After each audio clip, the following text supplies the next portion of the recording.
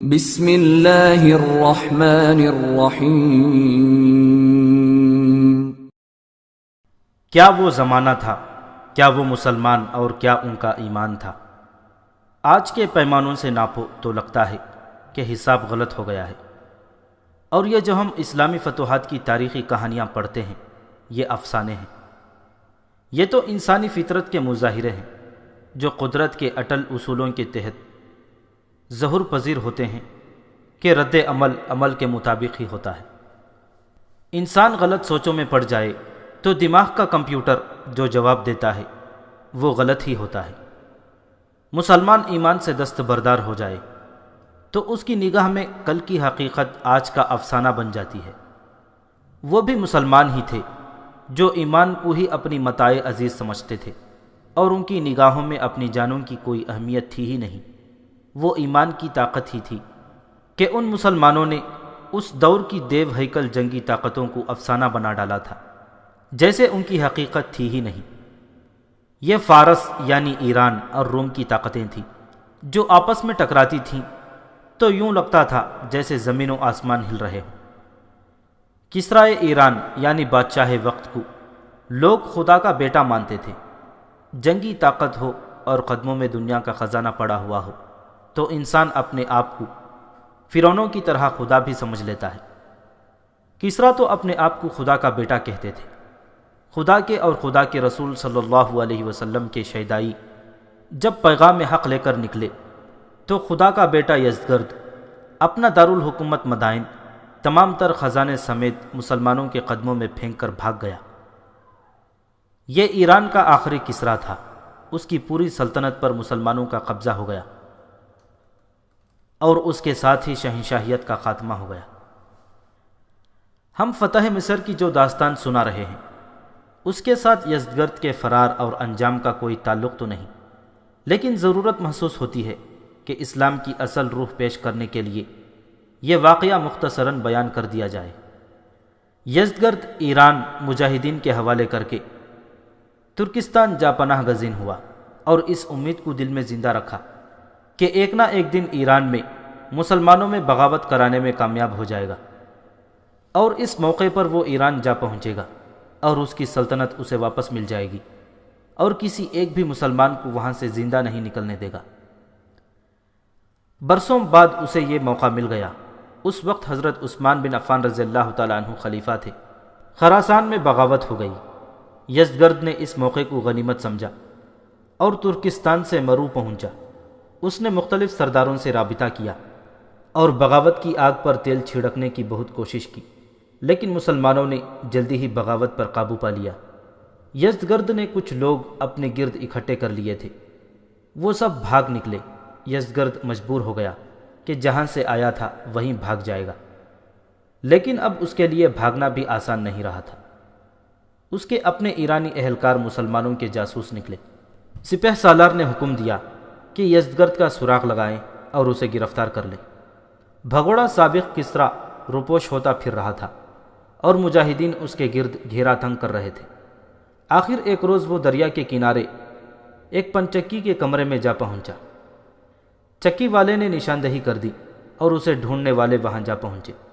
وہ عرب کے مسلمان یعنی مجاہدین نہیں تھے بلکہ خراسان کے باشندے تھے۔ انہوں نے مسلمانوں کی سپہ سالار کا یہ حکم نظر انداز کر دیا کہ یزدگرد کو گرفتار کر کے لایا جائے۔ اس کے بجائے انہوں نے یزدگرد کو قتل کر کے لاش دریا میں پھینک دی۔ تاریخ میں ایک روایت یہ بھی آتی ہے کہ چکی والا یزدگرد کو جانتا تو نہیں تھا، لیکن اس کے شاہانہ لباس سے اور پھر چھپنے کے انداز سے یقین ہو گیا کہ یہ یزدگرد ہی ہو سکتا ہے جس کی گرفتاری کا اعلان ہو چکا ہے۔ چکی والے نے اپنا کمرہ باہر سے بند کر دیا اور مرو کے حاکم کے پاس جا پہنچا۔ اسے بتایا کہ یزدگرد اس کے ہاں چھپا ہوا ہے۔ مرو کے حاکم نے اپنے ایک سالار کو حکم دیا کہ یزدگرد کا سر کاٹ کر اس کے پاس لایا جائے۔ چکی والا یہ حکم سن کر دوڑا گیا اور خود ہی یزدگرد کا سر کاٹ ڈالا، اور جب سالار آیا تو سر اس کے حوالے کر دیا اور لاش دریا میں پھینک دی۔ تاریخ میں یہ اختلاف موجود ہے کہ یزدگرد کو کس نے کس طرح قتل کیا تھا، لیکن اس روایت پر تمام مورخ متفق ہیں کہ یزدگرد کو چکی والے کمرے میں قتل کیا گیا اور اس کی لاش دریا میں پھینک دی گئی تھی۔ کسرائے ایران کی آتش پرست سلطنت یوں تاریخ کے قبرستان میں دفن ہو گئی، اور دوسری طرف قیصر روم جو جنگی طاقت اور مال و دولت کے لحاظ سے یقیناً دیو ہیکل تھا، پناہ ڈھونڈ رہا تھا۔ اسے شام سے جس طرح بے دخل کیا گیا تھا وہ سنایا جا چکا ہے۔ حلب شام کا آخری قلعہ تھا، وہ بھی مجاہدین نے فتح کر لیا، تو قیصر روم شاہ ہرقل کے ساتھ وہی بات بن گئی، نہ پائے رفتن نہ جائے ماندن۔ شام تو قلعوں کا ملک تھا، اور بعض قلعے اس قدر مضبوط تھے کہ انہیں ناقابل تسخیر سمجھا جاتا تھا، لیکن کوئی بھی قلعہ ہرقل کو پناہ نہ دے سکا۔ اس کی فوج تو لڑتی اور پسپا ہوتی چلی جا رہی تھی، اور جب آدھا شام مجاہدین نے فتح کر لیا تو ہرقل نے اپنی فوج کو مجاہدین کے رحم و کرم پر چھوڑ کر راہ فرار اختیار کر لی۔ اسے یہ خطرہ صاف نظر آنے لگا تھا کہ وہ گرفتار ہو جائے گا۔ وہ گرفتاری سے بچنے کے لیے بھاگا بھاگا پھر رہا تھا۔ آخر اسے انطاکیہ ایک محفوظ مقام نظر آیا اور وہاں جا پناہ لی، لیکن سپہ سالار ابو عبیدہ رضی اللہ تعالیٰ عنہ وہاں بھی جا پہنچے، اور ہرقل کی محصور فوج باہر نکلی۔ ہرقل وہاں سے بھی زندہ و سلامت نکل گیا، اور اسے روحا کا مقام نظر آیا۔ یہاں کا قلعہ خاصا مضبوط تھا، لیکن مجاہدین اسلام وہاں بھی جا گرجے اور ہرقل نکل بھاگا۔ حلب ایک آخری شامی قلعہ بند شہر رہ گیا تھا، مجاہدین نے وہ بھی لے لیا، لیکن ہرقل حلب سے دور تھا، اور اس نے اور دور بھاگ جانا بہتر سمجھا۔ اس نے قسطنطنیہ جا دم لیا۔ قارئین کرام کی معلومات کے لیے یہ بتانا ضروری معلوم ہوتا ہے کہ قسطنطنیہ ترکی کا ایک شہر تھا، اور ہرقل کے زمانے میں ترکی پر رومیوں کی حکومت تھی۔ قسطنطنیہ کا ایک نام بزنطیہ تھا۔ یہ نام اس وقت رکھا گیا تھا جب وہاں بازنطینی حکومت تھی۔ ہرقل کے ایک بیٹے کا ذکر اس داستان میں آیا ہے جس کا نام قسطنطین تھا۔ اس بیٹے کے ساتھ ہرقل کو اتنا پیار تھا کہ اس نے بزنطیہ کا نام تبدیل کر کے قسطنطنیہ رکھ دیا تھا۔ موجودہ صدی میں پہلی جنگ عظیم کے بعد ترک مصطفیٰ کمال پاشا کی حکومت بنی تو قسطنطنیہ کا نام بدل کر استنبول رکھ دیا گیا۔ آج یہ استنبول ترکی کا ایک بڑا شہر ہے۔ نقشے پر انطاکیہ دیکھیں اور پھر استنبول دیکھیں۔ ہرقل انطاکیہ سے بھاگ کر استنبول پہنچا۔ فاصلہ تقریباً 900 کلومیٹر ہے۔ اس وقت کی دوسری بڑی جنگی طاقت جسے ہم نے دیو ہیکل کہا ہے، شام سے ہمیشہ کے لیے نکل بھاگی۔ ابھی سلطنت روم قائم تھی۔ ترکی اور مصر اس سلطنت میں شامل تھے، اور قیصر روم کے پنجے ان ملکوں پر گہرے اترے ہوئے تھے۔ پھر بھی یوں کہا جا سکتا ہے کہ ایک بہت بڑے اور بڑے ہی زہریلے سانپ کی کمر توڑ دی گئی تھی، اور اب اس کا دم خم تقریباً ختم ہو گیا تھا۔ یہ تو پہلے سنایا جا چکا ہے کہ ہرقل نے مصر سے جو کمک اپنے بیٹے قسطنطین کی زیر قیادت منگوائی تھی، وہ آدھی کی قریب کٹ مری اور باقی واپس مصر کو بھاگ گئی تھی۔ یہاں ایک اور وضاحت ضروری معلوم ہوتی ہے۔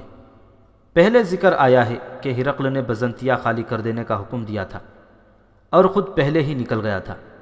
حتم و یقین کے ساتھ اس غلط فہمی کی تصحیح کرتے ہیں کہ اس نے بزنطیہ یعنی استنبول جا پناہ لی تھی، اور انطاکیہ اور حلب کی فوجیوں اور شہریوں کو کہا تھا کہ وہ ان شہروں سے نکل جائیں اور اپنی حفاظت اور اپنے مسائل امور کی ذمہ داری وہ خود کر لیں۔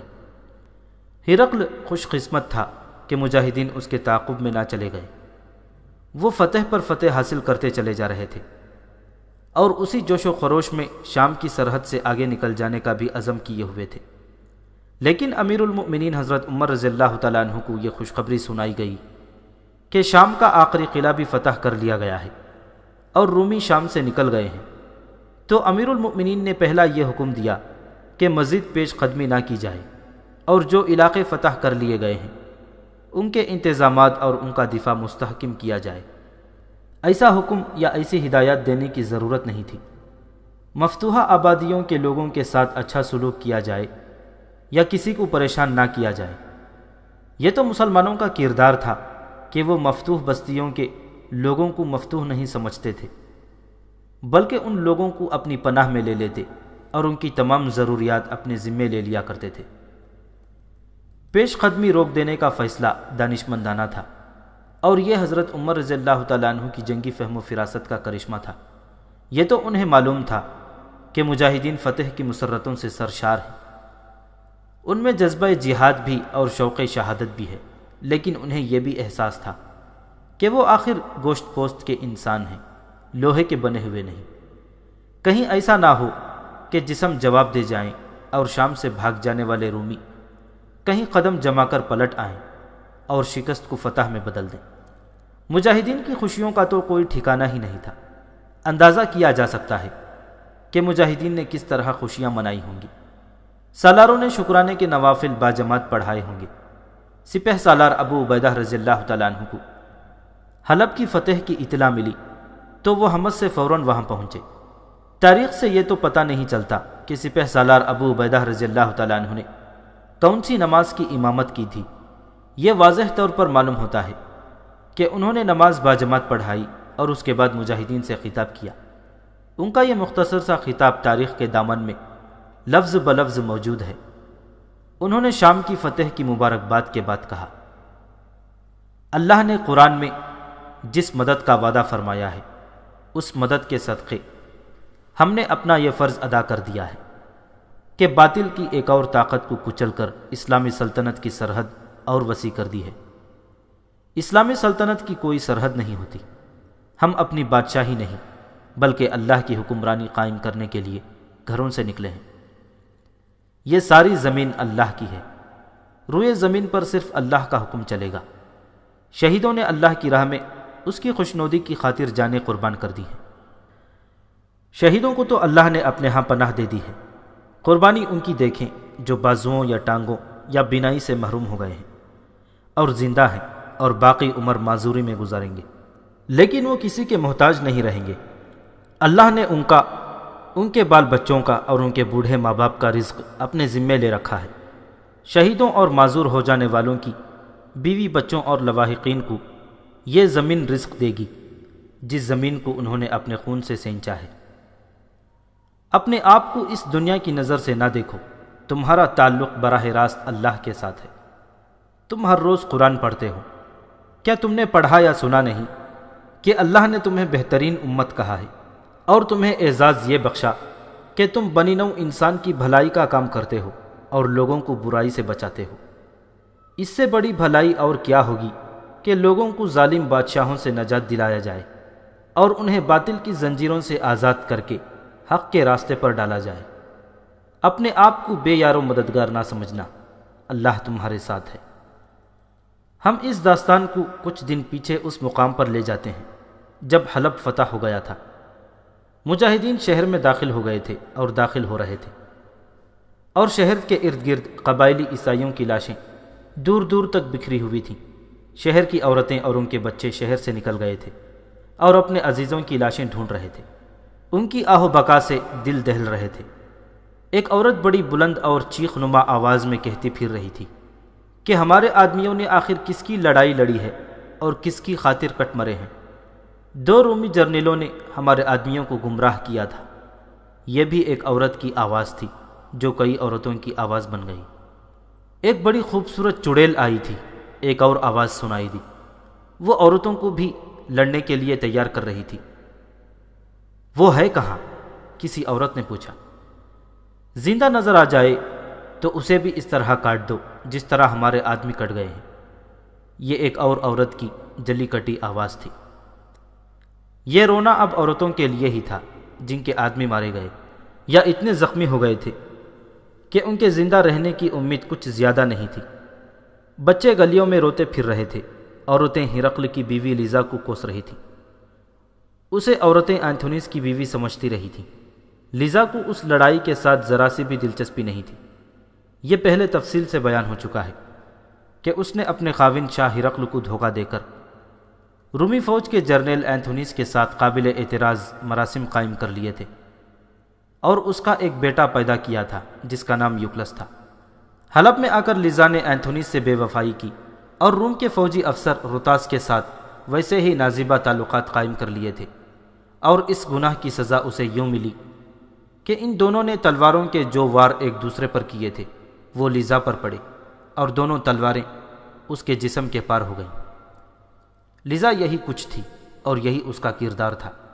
لیکن عیسائی قبائلیوں کی عورتیں اس کے پاس آ جاتی تو وہ انہیں مسلمانوں کے خلاف بھڑکاتی اور کہتی تھی کہ اپنے آدمیوں کو مسلمانوں کے خلاف لڑنے کے لیے تیار کریں اور خود بھی تیار ہو جائیں۔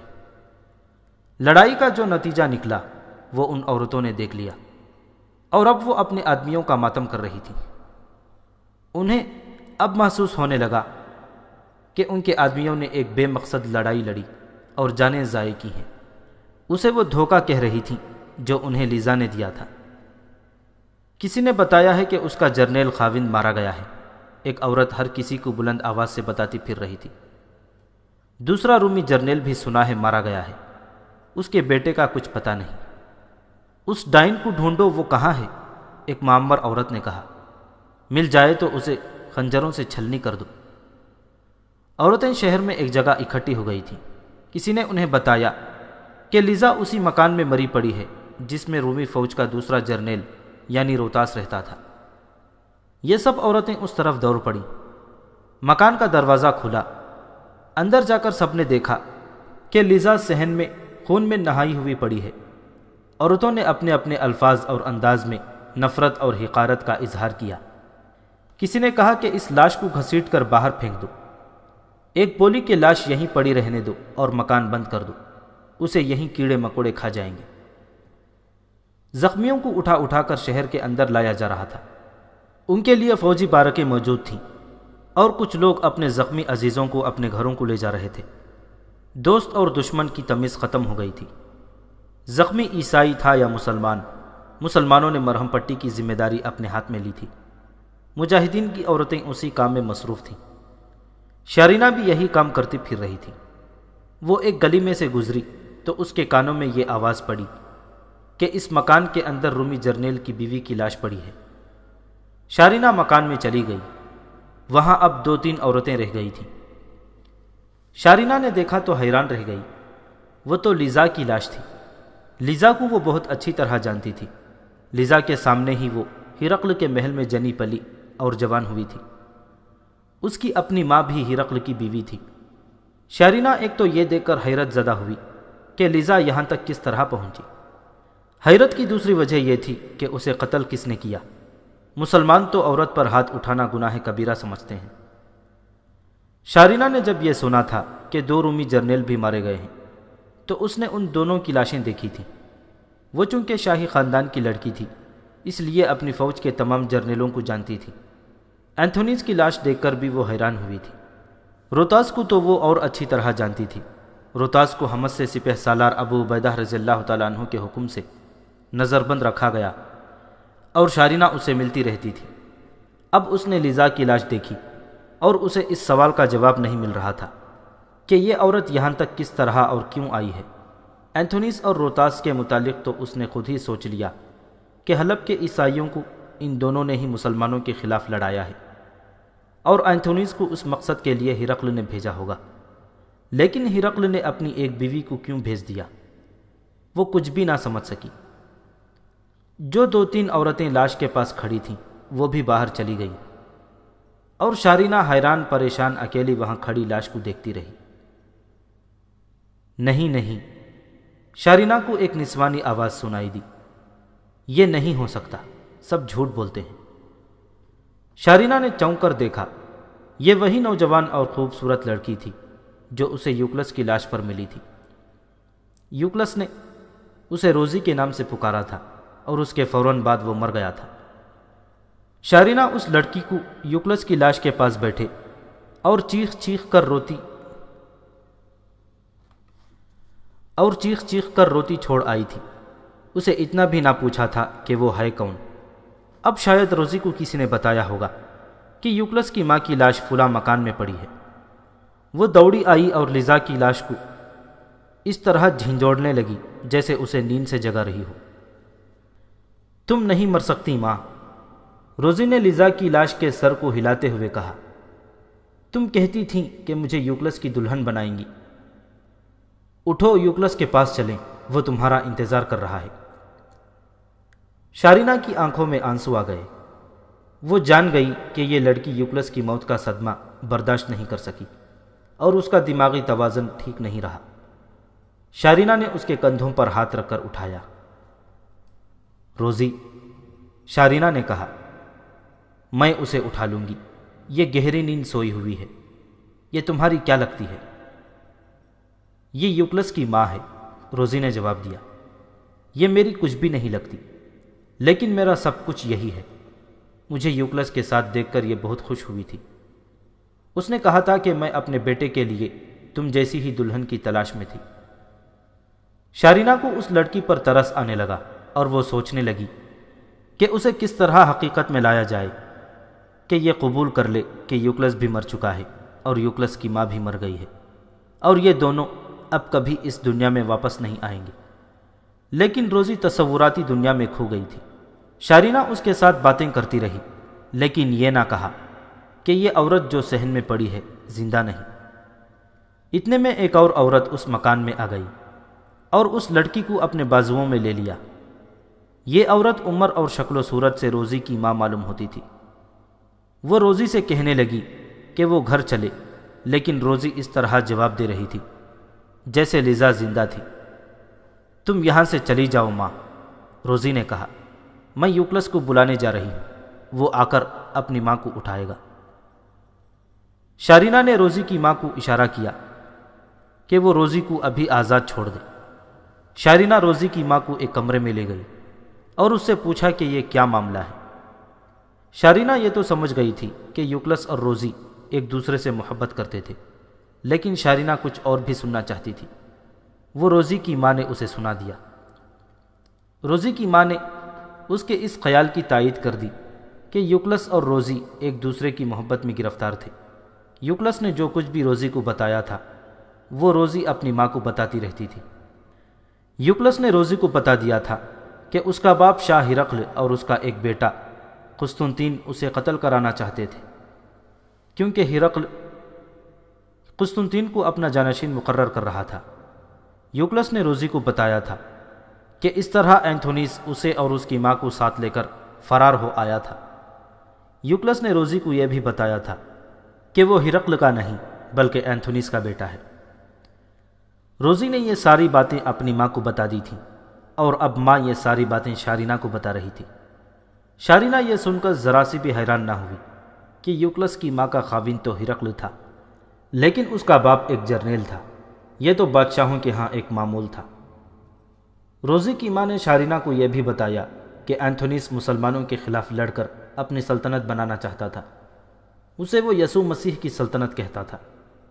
روزی کی ماں اور شارینہ کمرے میں یہ باتیں کہہ سن رہی تھیں کہ باہر سے روزی کی چیخ نما آواز سنائی دی۔ یوکلس اور اس کی ماں کو ہرقل نے قتل کروایا ہے، روزی چلا چلا کر کہہ رہی تھی۔ میں ہرقل کو قتل کرنے جا رہی ہوں۔ روزی کے دوڑتے قدموں کی آہٹیں سنائی دی اور وہ مکان سے نکل گئی۔ روزی کی ماں اس کے پیچھے دوڑتی نکل گئی اور شارینہ دل پر رنج و غم کا بوجھ لیے کمرے سے نکلی۔ لیزا کی لاش کو دیکھا اور مکان سے نکل گئی۔ باہر جا کر اس نے دیکھا کہ روزی شہر کے صدر دروازے کی طرف دوڑتی جا رہی ہے اور اس کی ماں چلاتی جا رہی تھی، اسے پکڑنا، اسے روکنا۔ وہاں صورتحال ایسی بنی ہوئی تھی کہ کوئی بھی ماں بیٹی کی طرف توجہ نہیں دے رہا تھا۔ وہاں تو یہ حال بنا ہوا تھا کہ کچھ لوگ لاشیں اٹھا کر لا رہے تھے اور بعض لہولہان زخمیوں کو سہارا دے کر ان کے گھروں کو لے جا رہے تھے۔ فضا میں موت کی بو رچی بسی ہوئی تھی۔ امیر المؤمنین حضرت عمر رضی اللہ تعالیٰ عنہ نے تو حکم دے دیا تھا کہ شام کی سرحد تک ہی محدود رہا جائے اور مزید پیش قدمی نہ کی جائے۔ ابو عبیدہ رضی اللہ تعالیٰ عنہ اور خالد بن ولید رضی اللہ تعالیٰ عنہ جیسے جوشیلے اور تاریخ ساز سپہ سالاروں نے بھی امیر المؤمنین کا یہ حکم دانش مندانہ اور وقت کی ضرورت کے عین مطابق سمجھا تھا۔ انہیں احساس تھا کہ مفتوحہ علاقے وسیع و عریض ہیں اور ان کے نظم و نسق کو رواں اور پر اثر کرنا نہایت ضروری ہے۔ یہ کوئی دانش مندی نہیں کہ فتح کرتے چلے جاؤ، آگے بڑھتے چلے جاؤ اور مفتوحہ لوگوں کو فراموش کرتے جاؤ۔ اس طرح لوگ باغی بھی ہو سکتے ہیں اور ایک دوسرے کو لوٹنے بھی لگتے ہیں۔ تمام سالار امیر المؤمنین کے حکم کو پسند کر رہے تھے، لیکن ایک سالار ایسا تھا جس کے دل کا ابال ٹھنڈا ہو ہی نہیں رہا تھا۔ یہ تھے سالار عمرو بن عاص رضی اللہ تعالیٰ عنہ۔ شام کی فتح کے جشن میں وہ دل و جان سے شامل تھے۔ شامل کیوں نہ ہوتے، انہوں نے دن رات ایک کر کے اپنی جان ہتھیلی پر رکھ کر یہ فتح حاصل کی تھی، لیکن وہ ابھی مطمئن نہیں تھے۔ جس وقت حلب میں سپہ سالار ابو عبیدہ رضی اللہ تعالیٰ عنہ پہنچے تھے اور انہوں نے مجاہدین سے خطاب کیا، اس وقت عمرو بن عاص رضی اللہ تعالیٰ عنہ کسی اور شہر میں تھے۔ وہ جہاں کہیں بھی تھے اپنی بے چینی اور اپنی بے قراری چھپا نہ سکے۔ انہوں نے صاف الفاظ میں امیر المؤمنین کے حکم کو غیر دانشمندانہ بھی کہہ دیا۔ کچھ دنوں بعد ان کی یہ بے چینی اور یہ احتجاجی باتیں سپہ سالار ابو عبیدہ رضی اللہ تعالیٰ عنہ تک پہنچ گئیں۔ ابو عبیدہ حلب سے اس مقام تک پہنچے جہاں عمرو بن عاص رضی اللہ تعالیٰ عنہ تھے۔ سپہ سالار نے تو مفتوحہ شہر کا دورہ کرنا اور وہاں کے حالات دیکھ کر ضروری احکامات جاری کرنے تھے، لیکن وہ عمرو بن عاص رضی اللہ تعالیٰ عنہ کے ساتھ خاص طور پر بات کرنا چاہتے تھے۔ وہاں پہنچ کر انہوں نے عمرو بن عاص رضی اللہ تعالیٰ عنہ سے پہلی بات یہ پوچھی کہ وہ ایسی اکھڑی اکھڑی باتیں کیوں کرتے ہیں جن کا مجاہدین پر اثر تخریبی بھی ہو سکتا ہے۔ ہمیں رومیوں کا تعاقب کرنا چاہیے، عمرو بن عاص رضی اللہ تعالیٰ عنہ نے کہا۔ میں مصر پہنچنا چاہتا ہوں۔ رومی تتر بتر ہو کر ڈری ہوئی بھیڑ بکریوں کی طرح بھاگ رہے تھے۔ ہم ان کے تعاقب میں جاتے تو بڑی آسانی سے مصر میں داخل ہو سکتے تھے۔ میں حیران ہوں ابن عاص، سپہ سالار ابو عبیدہ رضی اللہ تعالیٰ عنہ نے کہا، کیا تو اتنی جلدی بھول گیا ہے کہ عیسائی قبائل نے صرف اس لیے ہر شہر میں بغاوت کر دی تھی کہ وہاں ہماری نفری بہت تھوڑی تھی؟ یہ تو اللہ کا خاص کرم ہے کہ ہم نے ہر جگہ بغاوت فرض کر لی، لیکن ذرا سوچ، ہمارے لشکر اس ملک سے نکل کر آگے جائیں تو پھر پیچھے بغاوت ہو جائے گی۔ مستند مورخوں کی لکھی ہوئی تاریخ گواہی دیتی ہے کہ عمرو بن عاص رضی اللہ تعالیٰ عنہ عام سطح کے سالار نہیں تھے، نہ ان کی سوچ سطحی اور جذباتی تھی۔ مصر کو سلطنت اسلامیہ میں شامل کرنا ان کا ایک عزم تھا، اور عزم بھی ایسا جیسے اللہ تعالیٰ نے انہیں اسی کام کے لیے ہی پیدا کیا ہو۔ فتح مصر تو ان کے لیے ایک جنون اور ایک خبت بن گیا تھا، جس سے امیر المؤمنین حضرت عمر رضی اللہ تعالیٰ عنہ پوری طرح واقف تھے۔ یہاں ضروری معلوم ہوتا ہے کہ بیان کر دیا جائے عمرو بن عاص رضی اللہ تعالیٰ عنہ کے مصر کے متعلق ارادے کیا تھے، اور امیر المؤمنین کے ساتھ ان کی کیا اور کب باتیں ہوئی تھیں۔ کچھ ہی عرصہ پہلے جب فلسطین میں رومیوں کے خلاف جنگ ہو رہی تھی تو حضرت عمر رضی اللہ تعالیٰ عنہ نے بیت المقدس کی فتح کی ذمہ داری عمرو بن عاص رضی اللہ تعالیٰ عنہ کو سونپی تھی، اور کہا تھا کہ وہ شکست کی خبر بد نہیں بلکہ فتح کی خوشخبری سننا چاہتے ہیں۔ اللہ امیر المؤمنین کو فتح ہی کی خوشخبری سنائے گا۔ عمرو بن عاص رضی اللہ تعالیٰ عنہ نے تاریخی الفاظ کہے تھے۔ اس وقت بیت المقدس میں رومیوں کا ایک بڑا ہی مشہور جرنیل موجود تھا جس کا نام اطربون تھا۔ اس جرنیل کی جنگی فہم و فراست اور دشمن کو دھوکہ دینے کے لیے مکاری اور چال بازی اتنی زیادہ تھی کہ تاریخ کے مطابق ہرقل بھی کبھی کبھی اس کے آگے سر جھکا دیتا تھا۔ سالار عمرو بن عاص رضی اللہ تعالیٰ عنہ کا مقابلہ اس جرنیل کے ساتھ تھا۔ اس سلسلے کی کچھ تفصیلات اس داستان کے پہلے باب میں پیش کی جا چکی ہیں، یہاں ہم مختصراً بیان کریں گے۔ تفصیلات کے لیے پہلا باب ایک بار پھر پڑھ لیں۔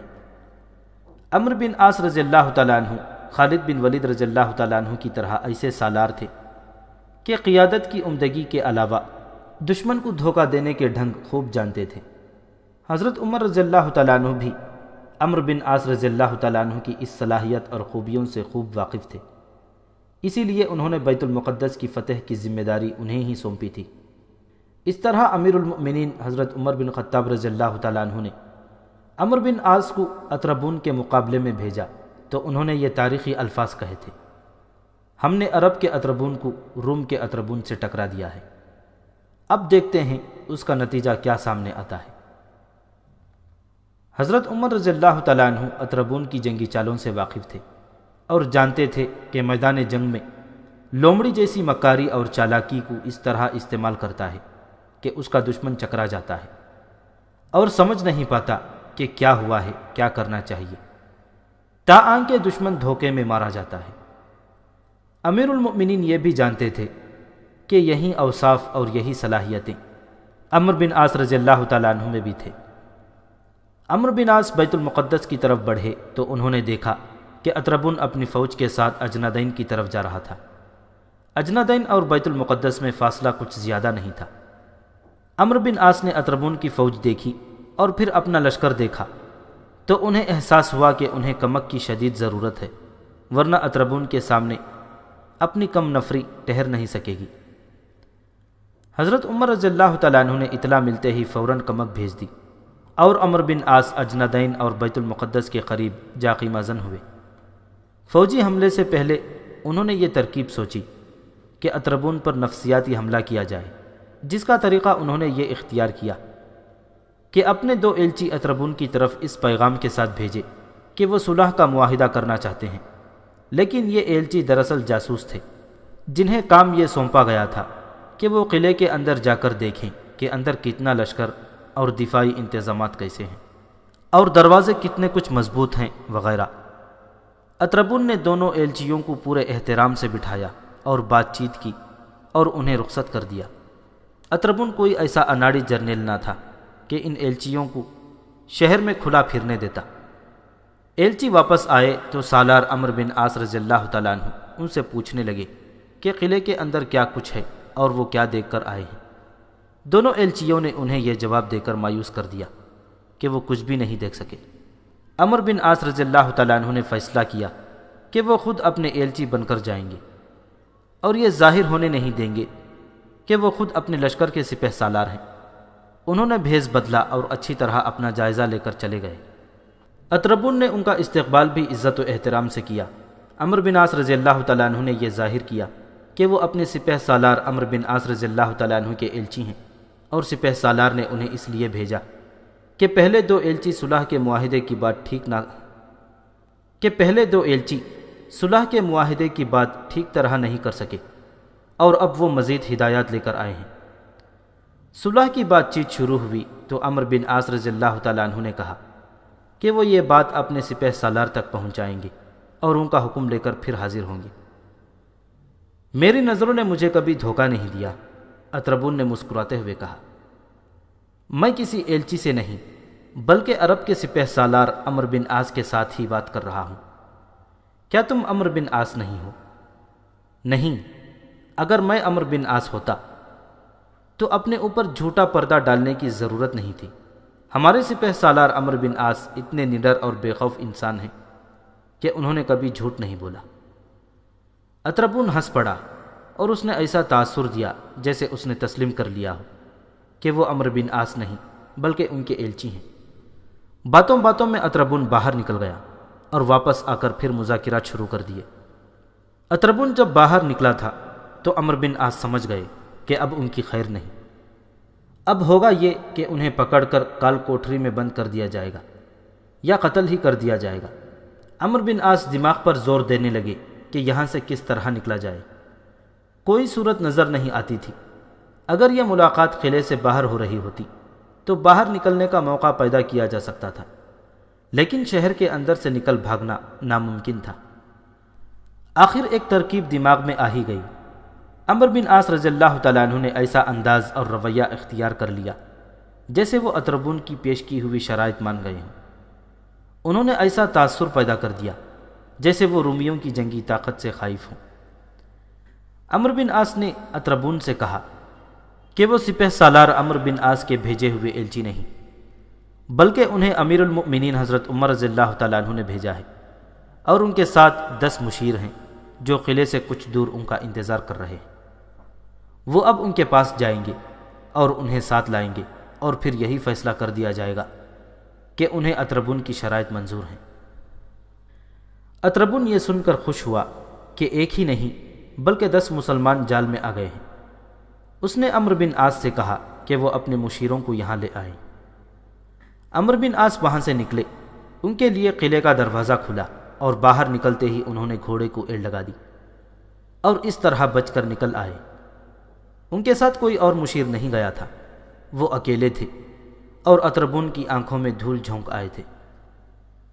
تاریخ گواہی دیتی ہے، یورپی مورخوں نے بھی لکھا ہے کہ اطربون مذاکرات کے دوران باہر نکلا تھا۔ اس نے اپنے محافظ دستے کے کمانڈر کو یہ کام سونپا تھا کہ یہ عربی جو اندر بیٹھا ہے جب قلعے سے نکل کر واپس جا رہا ہوگا تو اسے قتل کر دیا جائے۔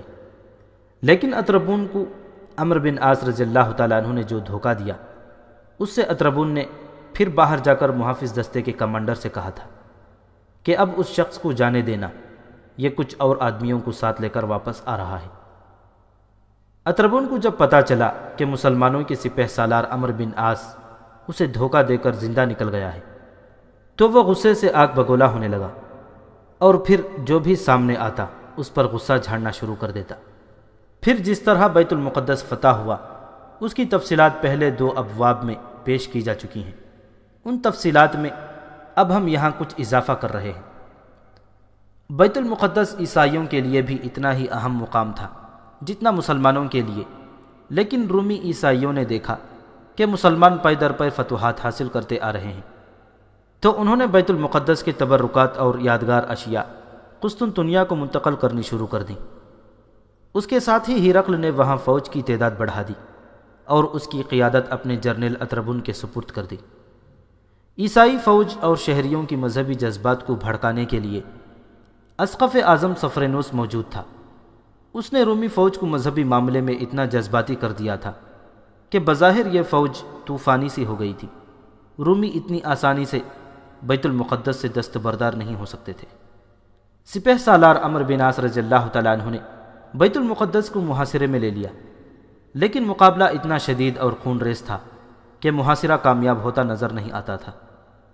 عمرو بن عاص نے کمک کی شدید ضرورت محسوس کی اور امیر المؤمنین کو پیغام بھیجا کہ جس قدر زیادہ کمک بھیجی جا سکے فوراً بھیج دیا جائے۔ امیر المؤمنین حضرت عمر بن خطاب رضی اللہ تعالیٰ عنہ میدان جنگ کی اور ہر محاذ کی تازہ بتازہ صورتحال سے پوری طرح باخبر رہتے تھے۔ بیت المقدس کے محاذ کو تو وہ اور ہی زیادہ جانتے تھے۔ انہیں معلوم تھا کہ بیت المقدس میں اطربون جیسا منجھا ہوا اور گھاگ جرنیل موجود ہے، اور ہرقل کی تمام تر توجہ بھی بیت المقدس پر ہے۔ ان حالات کے پیش نظر امیر المؤمنین نے فیصلہ کیا کہ وہ خود کمک لے کر بیت المقدس کے محاذ پر جائیں گے۔ امیر المؤمنین اچھی خاصی کمک لے کر مدینہ سے روانہ ہوئے اور جابیہ کے مقام پر جا قیام کیا۔